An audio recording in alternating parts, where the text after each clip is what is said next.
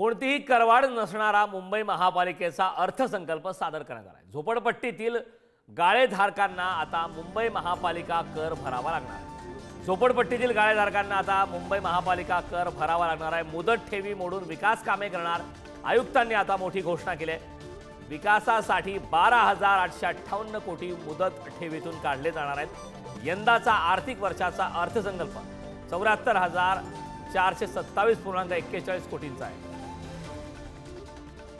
मुंबई महापालिकेने सातत्यपूर्वक जे प्रयत्न केले त्याच्यामुळे महसुली खर्च हा एकंदर अर्थसंकल्पाचा जो 75% होता तो आता कमी होऊन 42% पर्यंत कमी झालेला आहे आणि भांडवली खर्च हा 17-18 मध्ये जो 25% होता तो आता 58% पर्यंत वाढलेला आहे।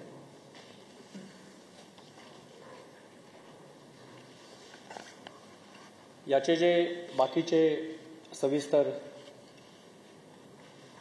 तपशील आहे तो आपल्या टिप्पणीमध्ये आपल्याला आम्ही दिलेला आहे।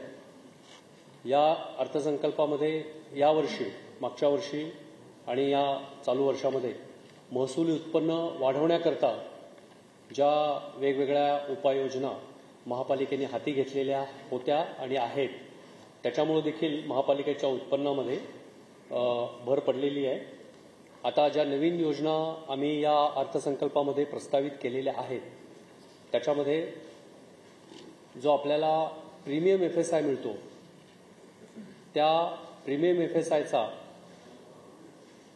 एफएसआयची विभागणी ही 4 संस्थांच्या मध्ये केली जाते।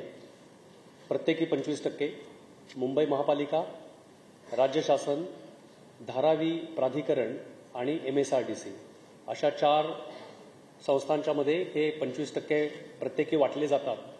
तर धारावी प्राधिकरणाचा आता स्वतःची योजना सुरू झाल्यामुळे आम्ही राज्य शासनाला विनंती केली होती की त्यांचा 25%चा जो हिस्सा आहे हा 25%चा हिस्सा त्यांना आता द्यायची गरज नाही, कारण आता ते स्वतंत्र झालेले आहे आणि तो 25%चा हिस्सा मूळ पद्धतीप्रमाणे प्रीमियम एफएसआयचा मुंबई महापालिकेला परत करण्यात यावा ते शासनाने मान्य केलेलं आहे आणि आता 50% मुंबई महापालिकेला मिळतील आणि 25% राज्य शासन आणि 25% MSRDC अशा पद्धतीने ही रचना राहील।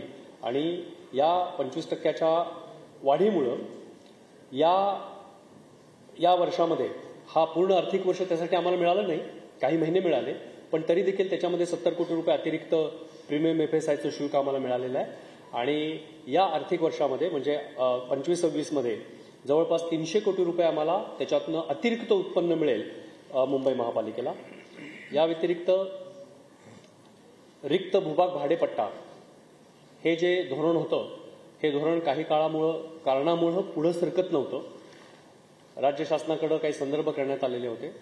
या सर्वांचा एकत्रित विचार करून हे धोरण आम्ही आता अंतिमतः मान्य केलेलं आहे आणि हे धोरण मान्य केल्यामुळे पुढच्या 4 वर्षामध्ये मुंबई महापालिकेला VLT चार्जेस VLT शुल्क ह्याच्यामध्ये 2,000 कोटी रुपये पुढच्या 4 वर्षामध्ये अतिरिक्त मिळण्याची अपेक्षा आहे।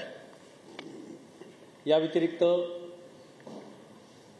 राज्य शासनाने अग्निशमन कायद्यामध्ये केलेल्या सुधारणा आणि त्याचा एकंदर परिणाम विचारात घेतल्यानंतर अग्निशमन आणि आपत्कालीन सेवा शुल्क याच्यामध्ये देखील वाढ झालेली आहे आणि त्याच्यामध्ये आम्हाला आता या आर्थिक वर्षामध्ये 759 कोटी